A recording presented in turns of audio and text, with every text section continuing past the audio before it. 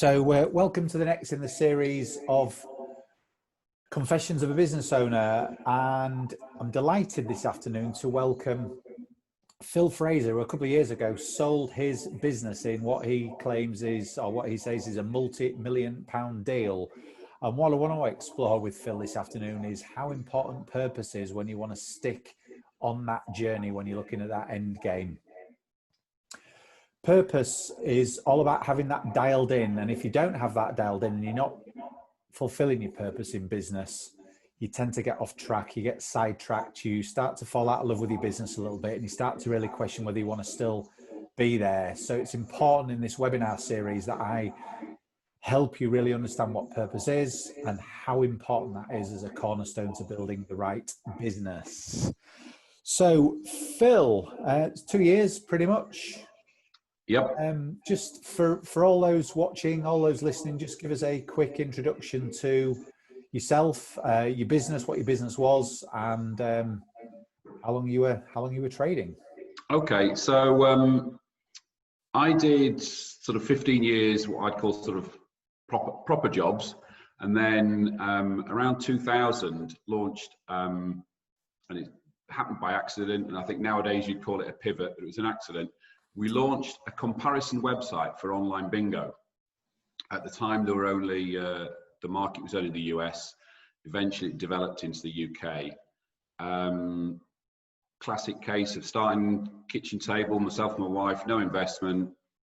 You know, one of the happiest days of my business life was our first $6 sale, which was fantastic. And then the business grew and grew and grew. It took 5 years before we got our first office and first staff. And so we launched in 2000, we sold in 2018 to a PLC. And yes, it was a multi-million-pound sale. Fantastic. Phil, when you say you got into it by accident, because a lot of business owners do get into business by accident. You know, they've taken a redundancy check, what the hell do I do now? Or they just stumble upon something. So just tell us a little bit about how you managed to start a business by accident. How does that work? Yeah, so I worked at William Hill, whose headquarters were in Leeds at the time. And I launched their first ever online casino. While I was at William Hill, one of the directors asked me to look into a new sector at the time, which was online bingo. I did a presentation to the board about online bingo. They decided not to do it at the time. And towards the end of the year, I left the business. I think you'd call it musical differences between me and my boss. And I started, well, I was sort of doing two things. So I was still looking, at that point, I was looking for a new proper job. But at the same time, to fill in, I was working as a consultant in the online gaming space, because at the time there weren't a lot of people who had done any work in the sector. It was a growth sector. So I was working on that, and then was actually talking to somebody about they wanted to get into the industry. And I said, well, the next big thing is going to be bingo, online bingo. And then sort of a couple of days later, sort of took a step back and thought, hang on a minute, I'm advising somebody to do something and I'm not listening to me. So what I did was I dusted off my presentation that I'd done to the board, sort of reframed it slightly, and went out to the market in sort of classic Dragon's Den style to try and get some funding to launch what would have been the UK's first ever online bingo site. Now, this was at the time when the dot-com bubble was just about to burst. Nobody had heard of online bingo in the UK, and it was legally grey in the US. So yeah, quite understandably, I got turned down by everybody. However, what I'd done was I built a website, a directory of online bingo sites that were out there at the time. And on it, I'd put a very simple pop-up questionnaire to get some demographics, age, spend, frequency, that type of thing, so that I could use that data in my angel investment presentation and sort of prove that I, prove that I knew the market. But what happened was a number of the existing US online bingo sites contacted me and said, can I advertise on your website? Yeah, sure. No problem with that. No problem at all. While still at the same time, as I say, looking for a proper job. And it grew from there. But the interesting thing was I actually got myself a proper job. And I went in to see them on the Friday before the Monday I was due to start and said, really sorry about this, but I've got this thing that might take off. I've got to give it a go. I can't take the job. And sort of and that was the accident. It wasn't a business I chose to start. It wasn't a business I'd even set out a business plan for. We started getting this advertising revenue coming in to such a point where I had to sort of do I take the opportunity, or do I go, fine, I'm happy taking the what was, at the time, a very good job, nice salary, expense account, company car, all that sort of stuff. But I actually sort of went for the opportunity. So a lot of people talk about, I can't find an opportunity. Sometimes they're in your lap, and actually, I could have quite easily taken the job and it would never have happened. So it was, as I say, a bit of an accident. And you know what? There's always a dose of luck in any successful business tale for me, because William Hill could have said, "That's a great idea, Phil. Run with it." Yeah. Or you could have stayed at William Hill and not fallen out with your boss, and you would have not. And equally, was the UK market right for online gambling and online bingo to come into the UK? So you've probably been lucky in so much as a number of things happened that put you in a position where you thought, what, it is a great opportunity. That's right. And through the whole process from launch all the way through, there's a lot of hard work went into it and all that sort of stuff, but I can't underestimate the amount of luck, right place, right time, lots and lots. As you say, I've never even considered that before. What would have happened if William Hill had said, yes, that's a good idea? Yeah. I've never considered that before, but that's a really interesting point. Yeah, so absolutely. And Phil, obviously we're chatting here a little bit in the first instance about purpose, or your why. Simon Sinek calls it why. What does that mean to you, and how important's that been to keep you on track through those 18 years? Because you will have had, downs as well as ups, difficult times, times when you thought, is this working? Should I chuck it all in and go get a proper job? Yeah. What does purpose mean to you, and how important was it to keep you on track for 18 years? I think it's interesting that I think that the purpose, in terms of the purpose of the business, developed and changed as it grew.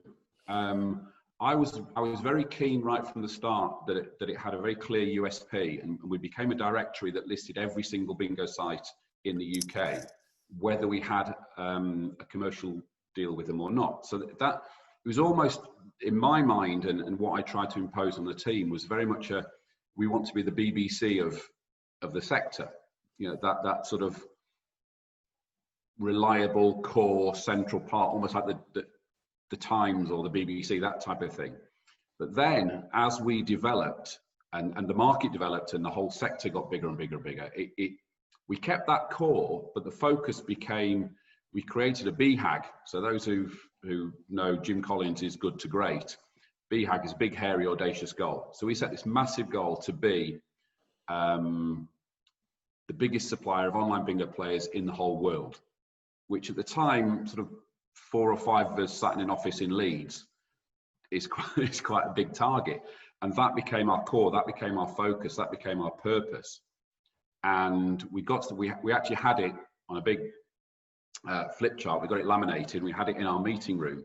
So any meeting we were in, when we were discussing, should we do this, should we do that, should we do that, we could always go back to, does it actually fit the BHAG?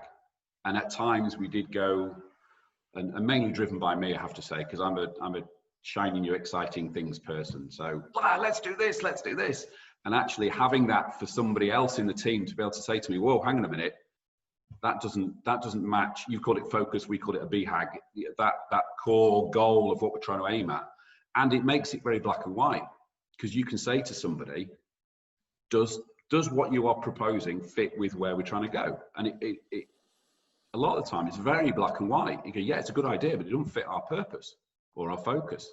And And at times you then maybe think, okay, well, we need to tweak the focus to be to as the industry and as the sector and as the market changes. Yes, your purpose might change, but then once you've determined that's it, we all stick to that.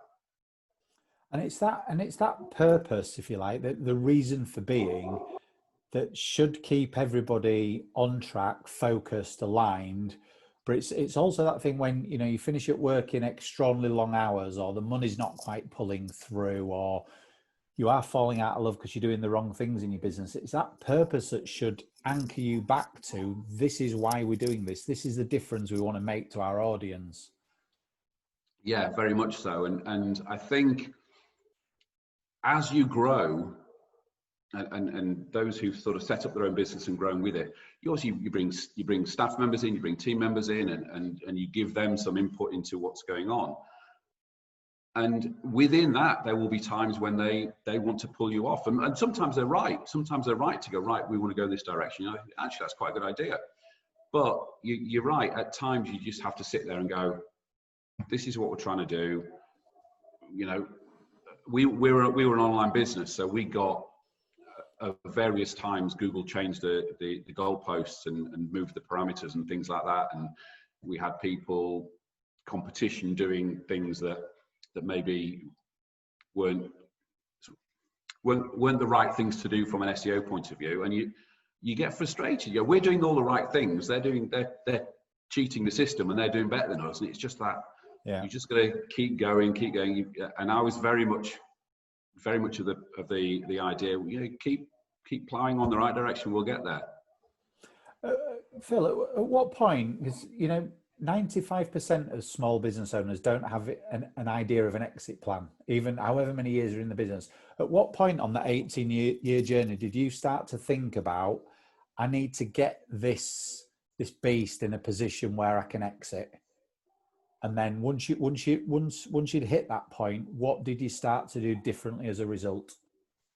Yeah, it was interesting. I mean, because of the sector we were in, it was a very fast-growing sector. So we were online bingo. Obviously, you've got online sports betting, you've got online casino, you've got online poker.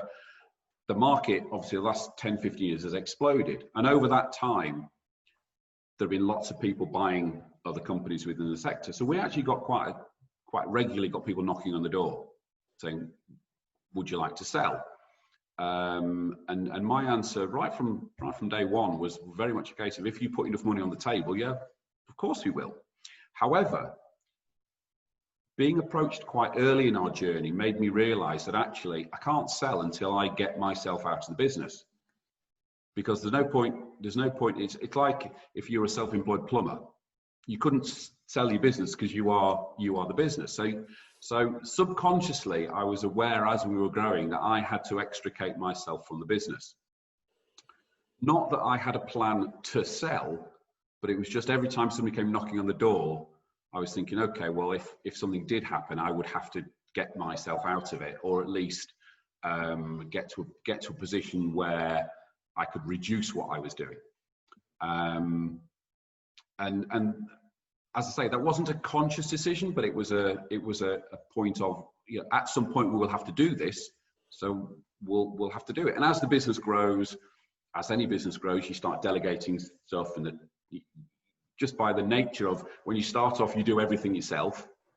As you grow, you start doing less, and then you determine what it is that I or the individual brings to the business, and then you go, okay, well, how do we get to the business running without me? And the trigger actually came for us to proactively do that. We actually put the business on the market a few years previous to when we actually sold. I got to the point where, and this isn't meant to sound arrogant, but the business was running itself, and I got a bit bored. Right, I just want to get rid of it. And we got very close to selling, but the plan B was always, if we don't sell it, we'll get somebody else in to run it. And that basis, at least it's still running, and I'm not bored. Somebody else is doing it for me. Yeah. That we didn't sell. We got the person in. That then allowed us to build to a point where, when somebody serious came along to buy, I was pretty much not needed for the business, but I was doing the big picture stuff, the strategy stuff that obviously if somebody buys, somebody else is going to do anyway. So you get to that point where you're seriously in, there's an opportunity to exit at some point. Did you take advice? Is it, where did you get the information from? What are the ingredients that a business that's looking to sell needs, and how did you come about finding out what those ingredients are? It was a number of things. The first part of the learning curve was when we proactively when we didn't sell, but when we actually went to look to sell. So we spoke to various, I suppose you call them business sale agents, and they're not necessarily the right way to go. I did a lot of reading around the subject. We were recommended somebody down in Wakefield as a, I don't know how you describe her, not necessarily, more a business advisor / salesperson. So she had experience in M&A and that sort of stuff. So we learned a lot from that. And a lot of the learning came through that aborted process first. But what you have to do, I think, is sit back and go, okay, we need a lawyer, we need an accountant. There's no point in skimming on either of those, because you're going to need one to get a good one and get one that's got experience of doing what you're doing. Now, your accountant that you might use as a business on a day-to-day basis might not be the right person to be holding your hand when you sell. Yeah. And your solicitor who did the mortgage for you, did the house purchase for you, isn't necessarily going to be the right solicitor for your business sale. So you need people who've been there and done that. In terms of proactively selling, there are places to go that you can put your business on the market. Yeah. Now, that's not necessarily the right way to go. Depends on the market, depends on the business, depends on the business size, and depends on your sector. We had a fairly tight sector to go at, and it's a sector that a lot of people know each other in, and it was easy when we did get round to selling. It almost got to the case of knocking on the door and going, look, we're for sale, do you want to buy us? Which I wouldn't recommend doing, but there's ways and means of putting your feelers out to go, what's happening in the market. I think 70%, the statistic I heard, 70% of acquisitions are by a business that you would never have heard of, not necessarily from a bigger player in the sector. Sometimes people want to get into for strategic reasons, geography, product offering, whatever. So it isn't sometimes a case of knocking on your peers and saying, you're a bit bigger, do you want to buy us? Sometimes you just don't even know. Correct. So those ingredients then, so one is, have you got a business that runs by itself largely? Yep. What are the other key ingredients of a business that's saleable? I think obviously it's got to be profitable. Well, it actually doesn't necessarily need to be profitable. It depends who wants to buy you and why they want to buy you. But I think you need to have all your ducks in a row from a systems point of view, from a reporting point of view, from an accountancy point of view. As soon as somebody comes to you, however they get to you to buy you, they're going to say, I want to see the accounts, I want to see I want to see top clients. Are there contracts in place? How long are the contracts for?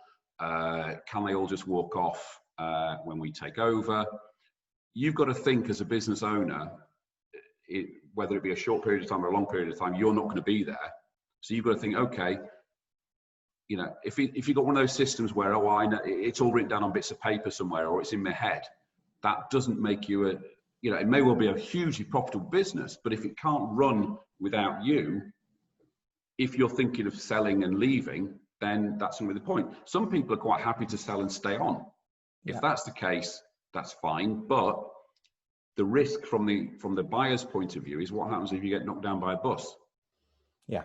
So you've almost got to look at it as though, if I, look at it the other way around. So if I was buying one of a competitor or somebody else, what would I want? What would I want to see? And that is usually going to be the sort of things they're going to want to know from you. So usually it's sustained and contracted revenue. So will that revenue continue without the business owner? So contracted particularly. Anything as yours was, and we'll touch on this in a minute, kind of recurring revenue, that kind of stuff. Making sure the business can run without you, making sure you've got a strong team. making sure everything's systemized. So you're no longer on fag packets, all the rest of it. So they're the key ingredients, right? Yeah, yeah, Andy's asked a good question here, because sometimes you can just do an outright sale. You can sell up and say, bye bye, I'm out of here, disappear. yeah, Sometimes they put you on a model where you might stay on for a couple of years to make sure those projected revenues come through. yep. So I think it's a drawdown model, or call it what you will, but I think yours was just almost pretty much a straight exit, wasn't it? It was as close to a straight exit as you're going to get. I mean, I saw Andy's question. A lot depends on what you want to do as the seller of your business. I think psychologically, from our point of view, our sector had got very, very big, very, very, I was going to say quickly, but over sort of 10, 15-year period. And I, as a bit of a control freak and a bit of I suppose it's part of being an entrepreneur, and most people listening will know, is sometimes you want to be in control, and if it's not your baby, it's like, right, you have it. I now think, well, geez, I couldn't work for anybody now. Yeah. So sometimes it's psychological, sometimes it's financial.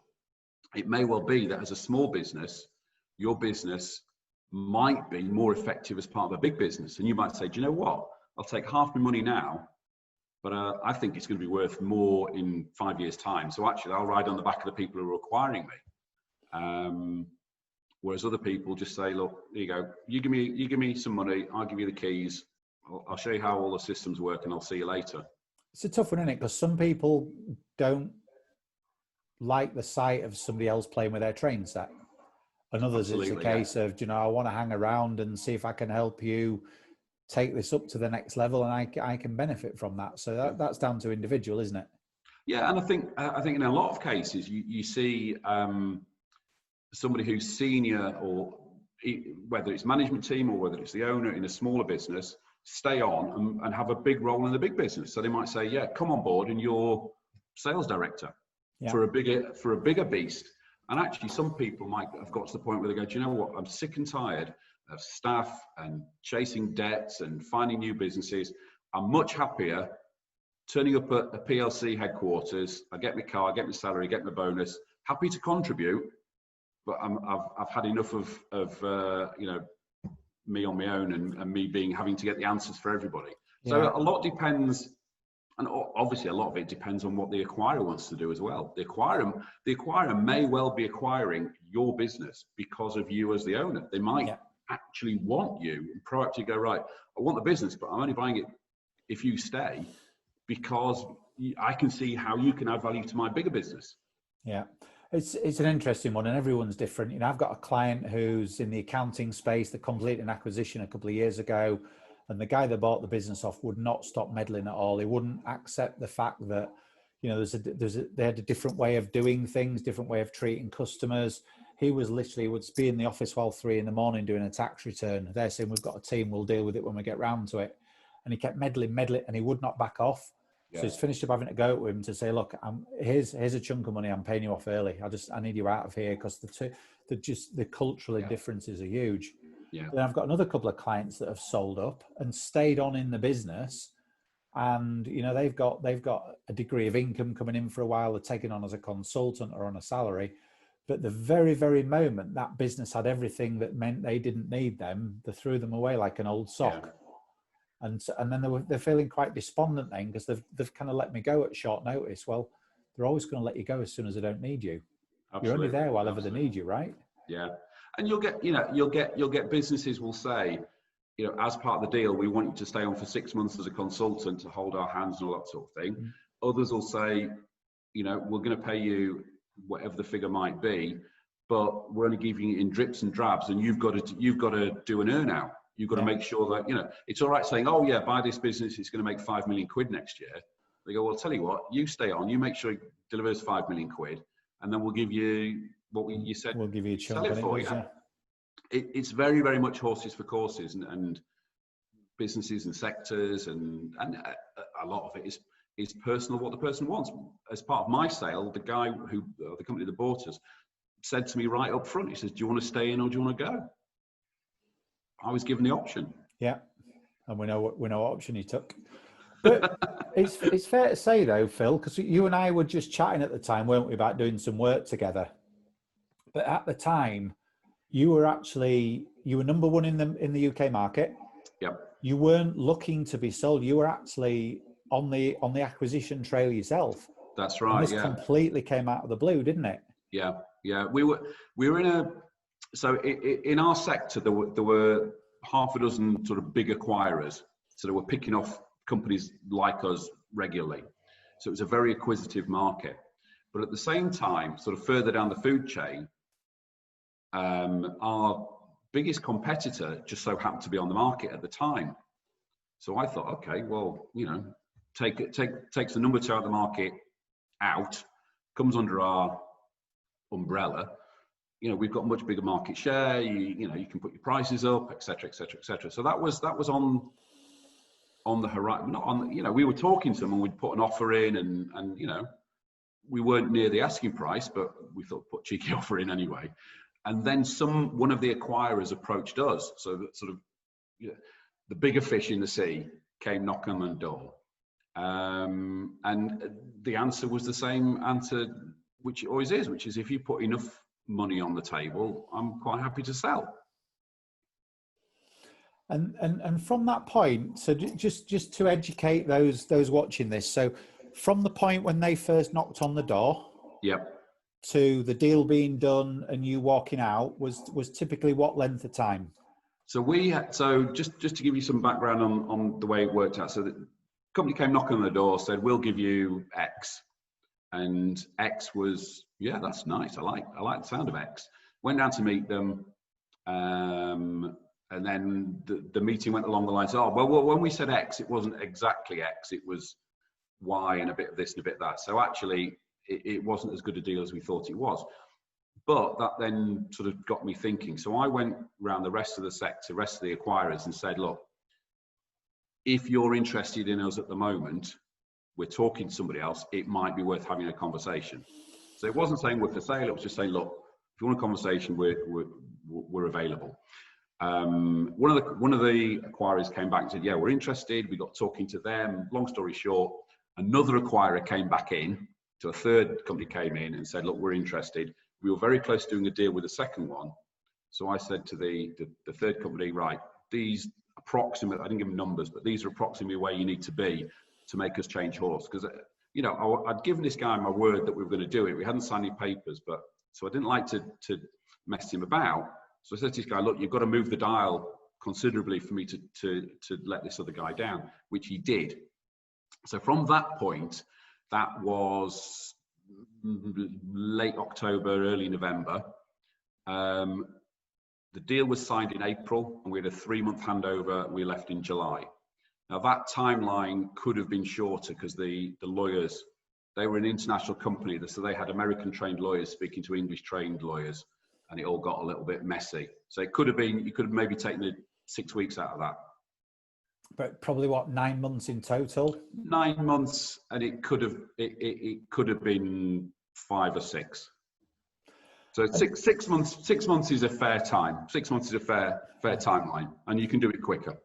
And on reflection, Phil, you weren't looking to sell, but you had a business that you knew was in a position to be able to be sold.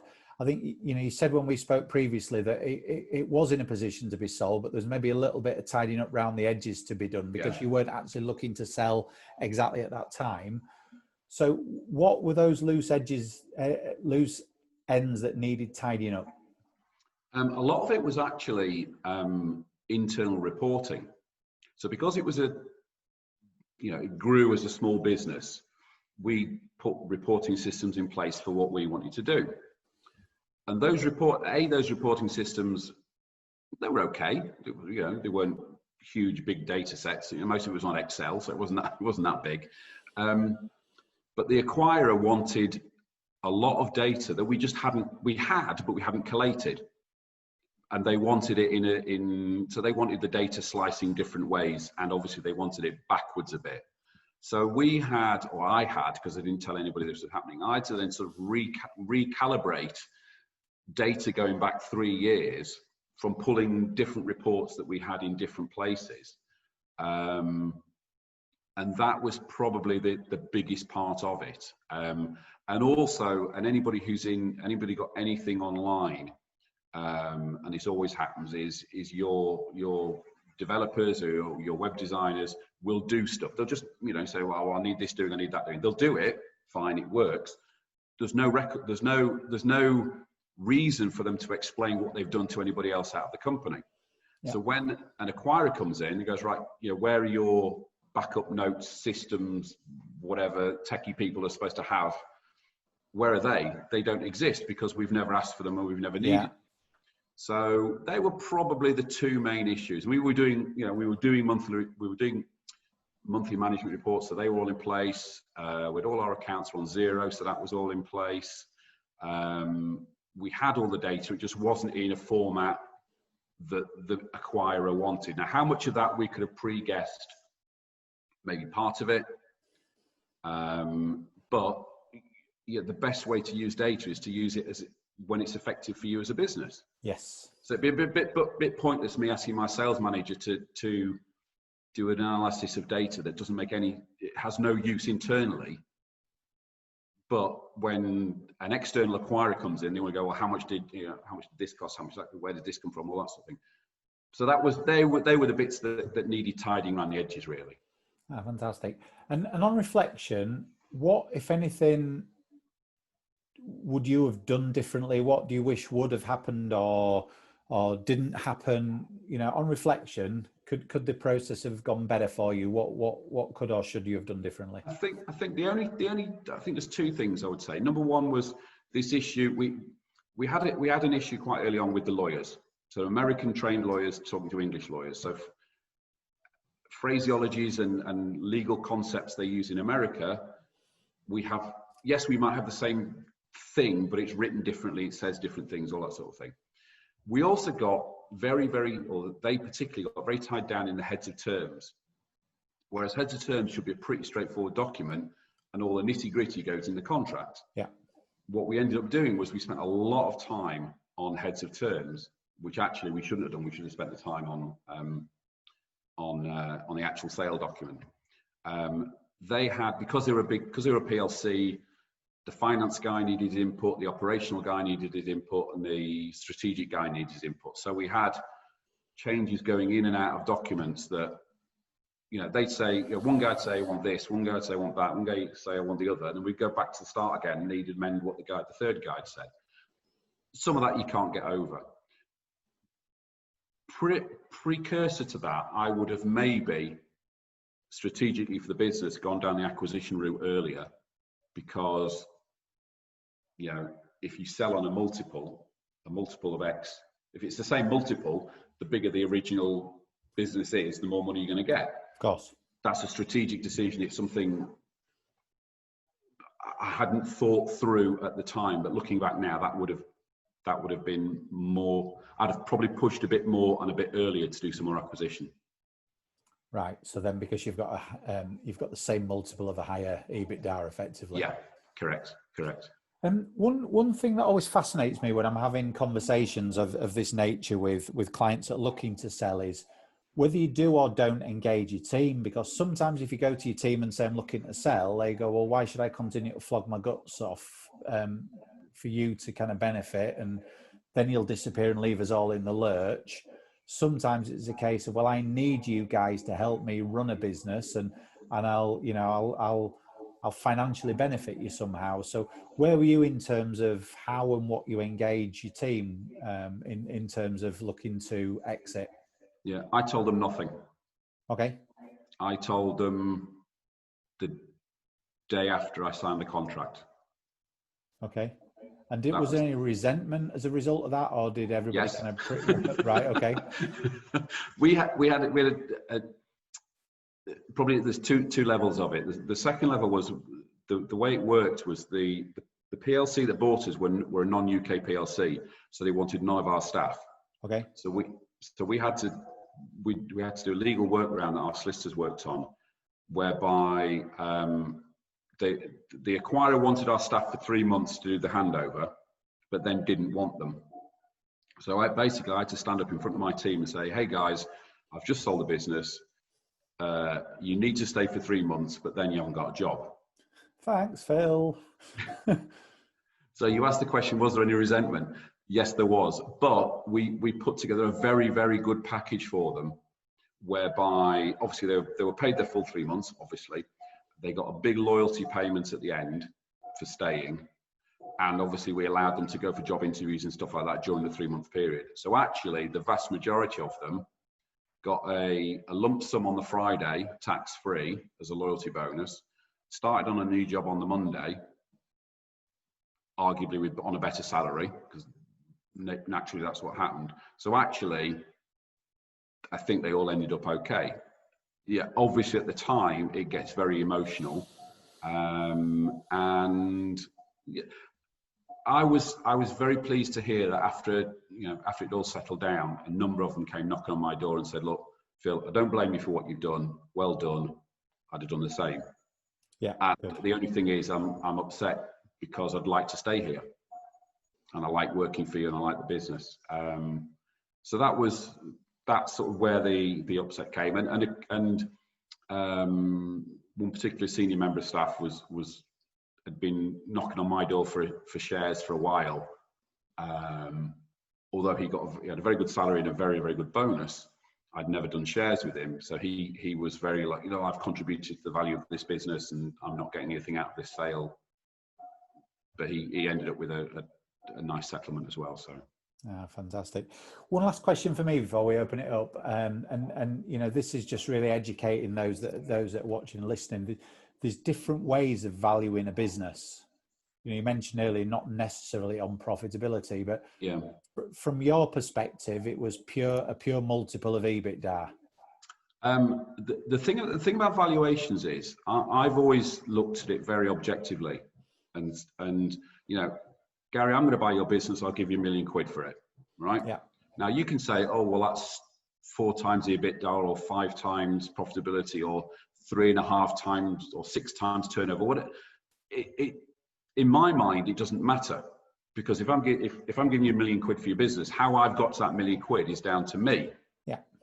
Now, it may well be that a sector, as a norm, values a business on turnover. It might value a business on profitability. It might value it on EBITDA. It might value it on EBIT. It might value it on, if you're buying a PLC, it'll be on profit multiples. It really depends on the market and how the market does that valuation. EBITDA, adjusted EBITDA is a magical unicorn figure that you can, well, I don't include that and I include that, and you've got to add that back on. At the end of the day, it's a number. You end up with a number. How you reverse justify that number is up to you. But if you know what the market is doing and how the market values business, you then have an idea of what your business is worth. No, absolutely. Look, it's one of those, isn't it? How, and the reason I asked the question, so again, in the accounting space, that tends to be a multiple of revenue, not EBITDA.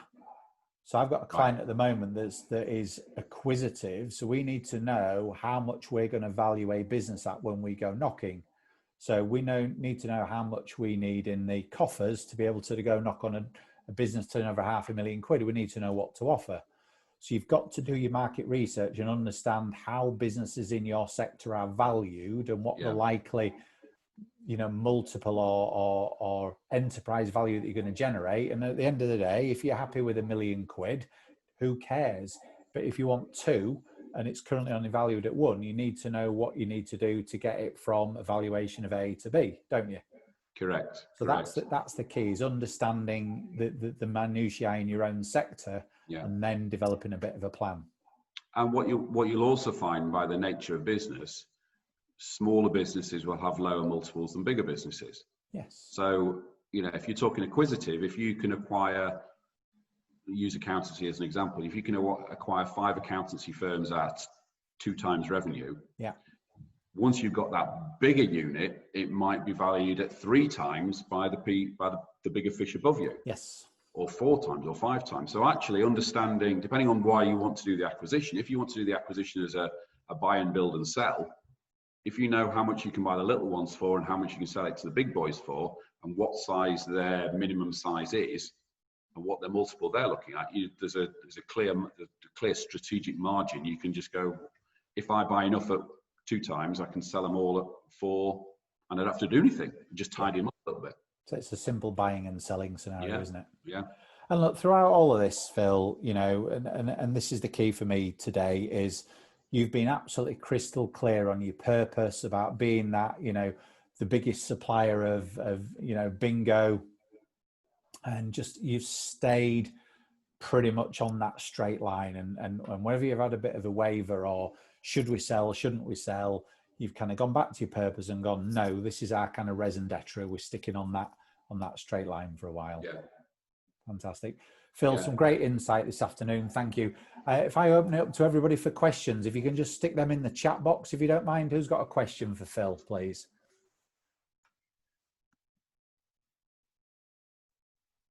So there's from David. In hindsight, would you have included the team from an earlier stage rather than after the event? That's from David. No, on the basis that I don't know how, David, I don't know how big your business is, but if you went to your number 2, or if you imagine you're owning a big business, and as Gary had said earlier, you know, hey Gary, I know you're my sales manager, but I'm thinking of selling the business. What, you know, Gary's going to go, shit, tomorrow I'm looking for a new job. Now it may well be that actually part of the bigger sale picture, Gary's got an opportunity to be sales director of the bigger unit, but he doesn't see that, because as soon as you say I'm selling the business, everyone goes, right, get me Indeed.com. So I'd say no. But if there is a scenario that you can tie your team into some kind of profit share or some kind of shares, so their support they benefit from that in the end. That's the only way that you'd really involve them, that they see a bigger financial benefit. Yeah, I think if you're at a point where the acquirer had said to you, look, I'm keeping the whole team and I'm giving them all 10% salary increases. Yeah. You might then go to your team and say, look guys, this is what's going to happen. Nothing's changing. I'm staying. We're all getting a salary increase, and we're part of a bigger business. Yes, you might do, but from my experience and my reading, it was very much a case of on a purely need-to-know basis. I'll tell you a very quick funny story.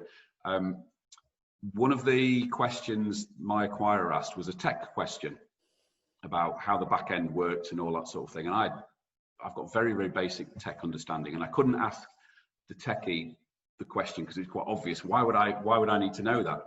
So I went in on a Sunday morning, dialed in, they dialed in, and they were looking through all our code and all that sort of thing. And fine, he said, oh, we haven't finished yet. Can I do it on Monday morning? I said, well, the team get in at 8. So I said, tell you what, I'll come in at 6. Came in at 6, and he took about an hour or so, about an hour and a half. And I just logged off, went out the door, and my techie was coming in. He'd come in early because he had a project to do or something. I said, oh, I'm going to the gym. I forgot my kit. It was in my office, and scurried out. 5 minutes later, he'd have caught me. Wow. It's a tricky one. Question here from Andy. How do you know that you're actually getting a decent deal? That's a very simple question. Well, it's a simple answer, but it's sometimes hard to do. It's by understanding what the value of the market is. So we said earlier about, if you know, Gary, that accountants are being valued at 2 times turnover, if somebody comes to you and says, I'll give you 3 times turnover, yeah, it's a good deal. If they come to you and say, I'll give you 1 times turnover, it's a bad deal. So it's actually about understanding and knowing what prices are being, what prices companies in your sector are being bought for at the same time. Yeah. You had a magic number, didn't you? And I know you're not going to share that because it won't want you to. You had a magic number in mind, and I think I remember you saying to me, we had a magic multiple. Yeah. So as I say, our market was there were a number of big acquisitors, and the figures they were paying was quite public. So it was either in the trade press or through consultants and experts. So we knew 5.5 times was market value. So anybody who considerably moved the needle over 5.5, we knew we were getting a good deal. I'll leave it there. Fantastic, great question. Anybody else got any more questions for Phil? Rona, you must have a question. Ian? No, Ben? Okay, let's leave it there then if there's no more questions. Phil, you shared some great insight. It's been a pleasure knowing you over the last 2 or 3 years as part of that journey. And, I'm looking forward to kind of seeing what your next steps are. It's really been kind of fantastic. I've learned a lot from you and a lot from the process over time. So thanks again to all of those that have dialed in live and all of those that are watching this on replay. Some great insight, as Rona said there. As I say, these webinars are all about really helping you understand the importance of purpose and dialing your purpose back in that keeps you on track when things get tough. When you're running a business, it is possible quite often to get trapped, and purpose actually is the one thing that brings you back to what you should be doing, why you should be doing it, and hopefully you build that right team, get the lifestyle, the rewards that you want to free you. So just goes for me to say, Phil, thanks ever so much for your time. Pleasure. Hope Thanks you all enjoyed it. For dialing in. And yeah, thanks everybody. Take care for now. Cheers, guys. Cheers, everybody. Bye-bye.